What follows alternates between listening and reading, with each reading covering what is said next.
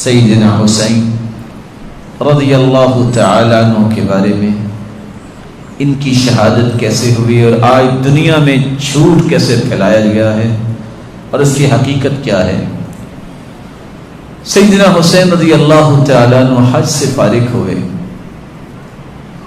عراقیوں نے ان کو خط لکھے اور اتنے خط لکھے، امام ابن تیمیہ اپنے فتاوے میں اور اسی طرح منہاج السنہ میں بڑی لمبی بحث کی ہے، یہاں تک کہ صندوق بھرا گیا، اتنے خط لکھے آپ آ جاؤ، کیوں آ جاؤ، سنت یہاں مٹ رہی ہے، بدعت آ رہی ہے، آپ آؤ، ضرور ہمارے پاس آؤ، ہم آپ کے ہاتھ پہ بیعت کریں۔ سیدنا حسین نے جانے کا ارادہ کیا، لڑائی کے لیے نہیں، قتال کے لیے نہیں۔ اگر یہ کفر اسلام کی جنگ ہوتی تو کوئی صحابہ پیچھے رہتا؟ بولے نہیں، وہ تو گئے تھے کہ لوگ بلا رہے ہیں، لیکن یہ عراقی اور کوفی ظالم غدار نے کے لیے انہوں نے شہید کر دیا۔ جب جانے لگے عبداللہ بن عمر رضی اللہ تعالیٰ نے کہا آپ نہ جاؤ، آپ کے علم میں ہے آپ کے والد کو بھی ان ظالموں نے شہید کیا تھا، باپ کو شہید کیا تھا، یہ آپ کے ساتھ بھی دھوکہ کریں۔ نتیجہ کیا نکلا؟ کہا وہ بلا رہے ہیں، جانا ہے۔ اب سیدنا حسین کی شخصیت کیسی تھی، کون ان کے سامنے اس طرح دم مارتا؟ فرزدق شاید کہتا ہے میرا جی چاہتا ہے میں سواری کے سامنے لیٹ جاؤں اگر آپ رک جائیں، کیونکہ مجھے پتا ہے وہ غدار لوگ ہیں، آپ ان کے پاس نہ جائیں۔ مسلم بن عقیل جو سیدنا حسین رضی اللہ تعالیٰ عنہ کے بھائی تھے، ان کو پہلے بھجوایا تھا،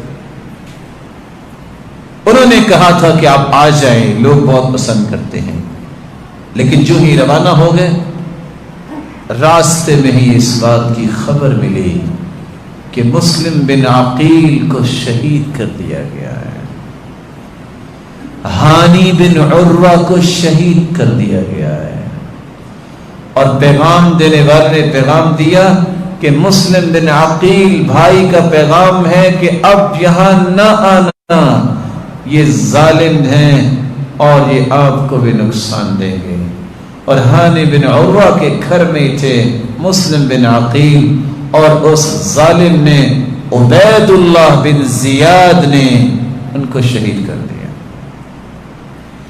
جب یہ پیغام پہنچا تو سیدنا حسین رضی اللہ تعالی عنہ، یہ جنت کے شہزادے، وہاں یہ فیصلہ کرنے لگے کہ اب کیا کیا جائے۔ بھائی نے بھی پیغام دے دیا اور حقیقت بھی ہے وہ شہید بھی کر دیے گئے۔ ابھی اس بارے میں سوچ و بچار تھی کہ عبید اللہ بن زیاد ظالم کی طرف سے شمر نامی انسان جو ہے، اس نے لشکر لیا اور ان کا گھیرا تنگ کر دیا، اور چاہتا کیا تھا کہ میں غلام بنا کے آپ کو لے جانا چاہتا ہوں وہاں۔ سیدنا حسین رضی اللہ تعالیٰ عنہ نے 3 آپشن پیش کیے۔ کہا پہلی بات تو یہ ہے میں واپس جانا چاہتا ہوں حجاز، ارض حجاز، نہیں تو میں کسی جگہ بھی مسلمان جو جہاد کر رہے ہیں میں ان کے سب میں شامل ہونا چاہتا ہوں، نہیں تو میں یزید کے پاس جاؤں گا اور اس کے ہاتھ پہ بیعت کروں گا۔ سب سے بڑا مسئلہ یہ تھا کہ اگر یہ یزید کے پاس چلے گئے تو عبید اللہ بن زیاد اس مجرم کی گردن بھی اڑے گی اور سب کی گردن اڑے گی، لیکن وہاں ہی کوئی لڑائی کا ان کا ارادہ نہیں تھا۔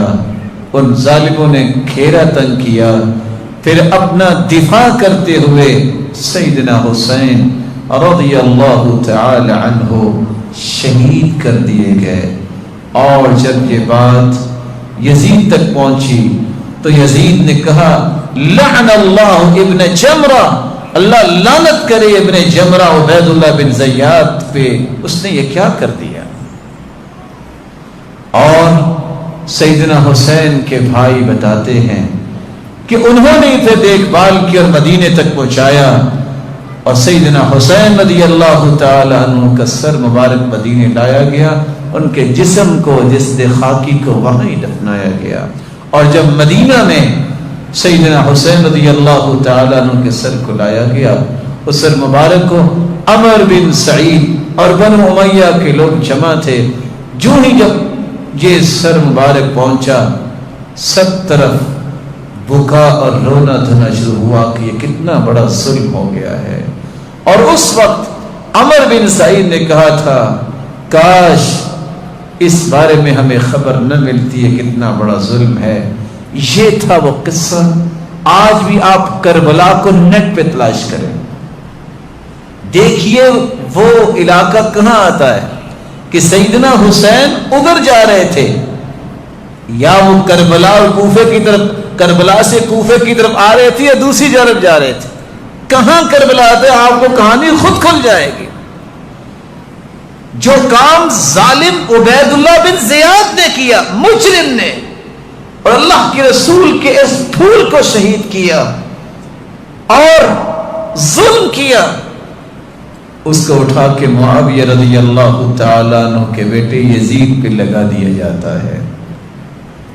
جبکہ حقائق دنیا کے اندر بہت ساری کتابیں ہوں گی، کسی کتاب میں آپ کو یہ بات نہیں ملے گی کہ سیدنا حسین رضی اللہ تعالیٰ عنہ کو یزید نے شہید کیا یا کروایا. کون ہے یزید؟ میں اس کے بارے میں دو باتیں آپ کی خدمت میں پیش کرتا ہوں. کس کے بیٹے ہیں یزید؟ معاویہ کون ہے؟ صحابی رسول. جس نے صحابی کو دیکھا ہو وہ کون ہوتا ہے؟ تابعی. رسول اللہ صلی اللہ علیہ وسلم کا فرمان سنیے. صحیح الجامع کی روایت 2561، سلسلہ صحیحہ 173. آپ نے فرمایا اول جیش من امتی یرکبون البحر فقد اوجبوا، میری امت میں سب سے پہلے جو پانی میں جہاد کریں گے، سمندر میں جہاد کریں گے، ان سب پہ جنت واجب ہے.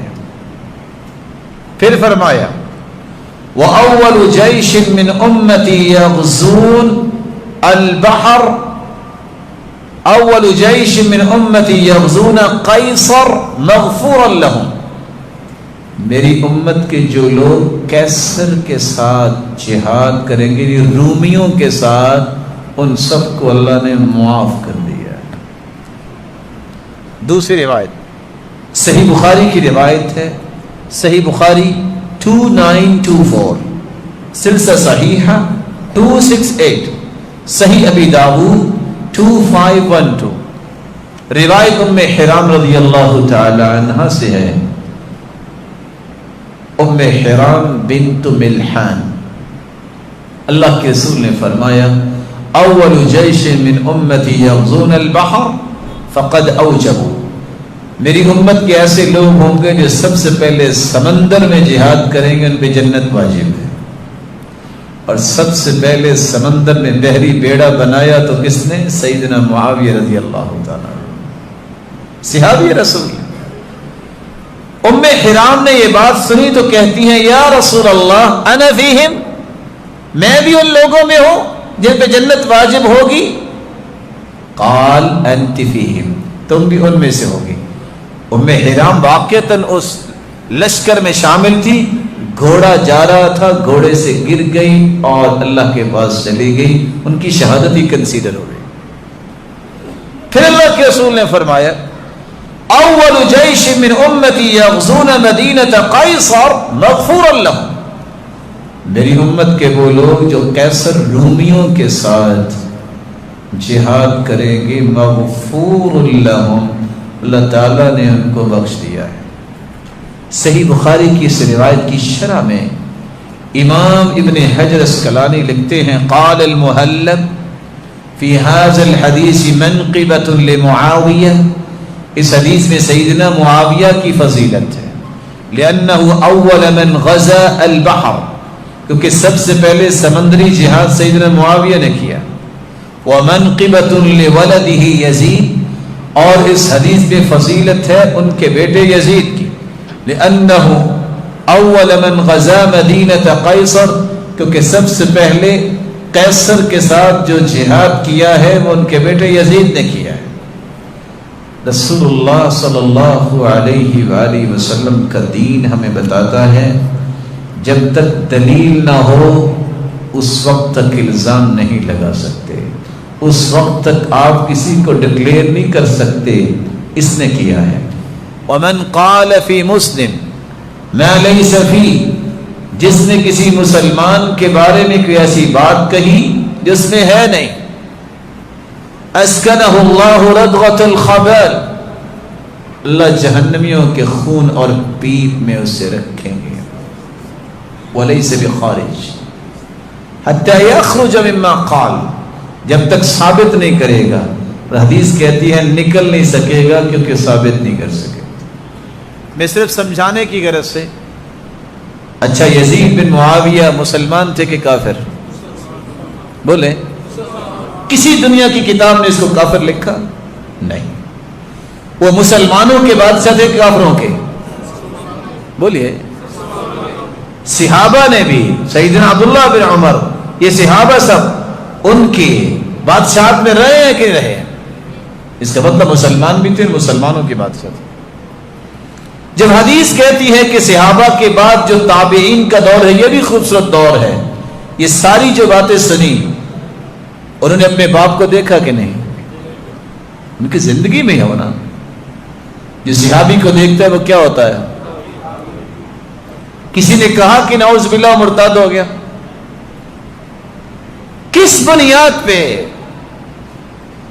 یہ ظلم کیا جاتا ہے؟ ایک ظلم وہ ہوا جو سیدنا حسین کی شہادت ہوئی، ایک ظلم یہ ہے کہ صحابہ کو مطعون کیا جاتا ہے، صحابہ پہ ساری باتیں لگائی جاتی ہیں اور حقائق کی طرف جانے کے لیے کوئی تیار ہی نہیں ہے۔ جب حدیث یہ کہہ رہی ہے کہ سب سے پہلے جس نے سمندر میں جہاد کیا ان کو اللہ نے بخش دیا، جنت واجب ہے، سیدنا معاویہ نے وہ کام کیا، وہ جنتی ہیں کہ نہیں؟ گالی دینا بنتا ہے؟ جس نے رومیوں کے ساتھ جہاد کیا ان کو بھی اللہ نے بخش دیا۔ صحیح بخاری کی روایت آپ نے سنی ہے، اگر یزید نے وہ جہاد کیا ہے تو اللہ نے بخشا کہ نہیں بخشا؟